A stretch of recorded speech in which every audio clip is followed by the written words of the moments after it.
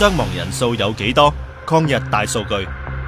今年9月3號係抗戰勝利70週年。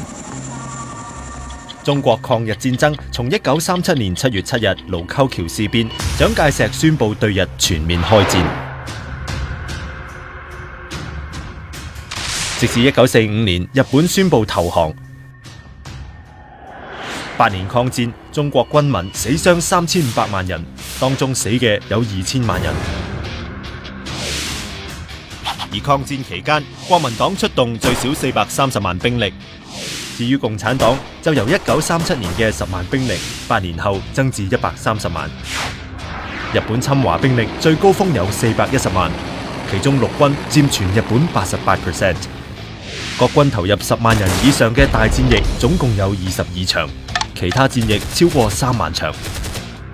而由共軍主導嘅就有平型關戰役、百團戰役等。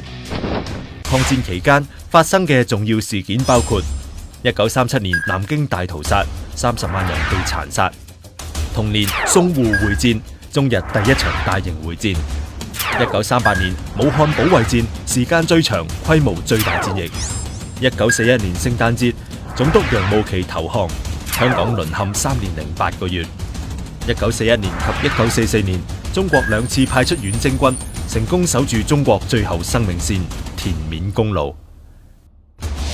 1941年12月，日本偷襲珍珠港，促成美國參戰，中國唔再獨力抗日。1945年8月6號同9號，美國喺廣島同長崎投下原子彈。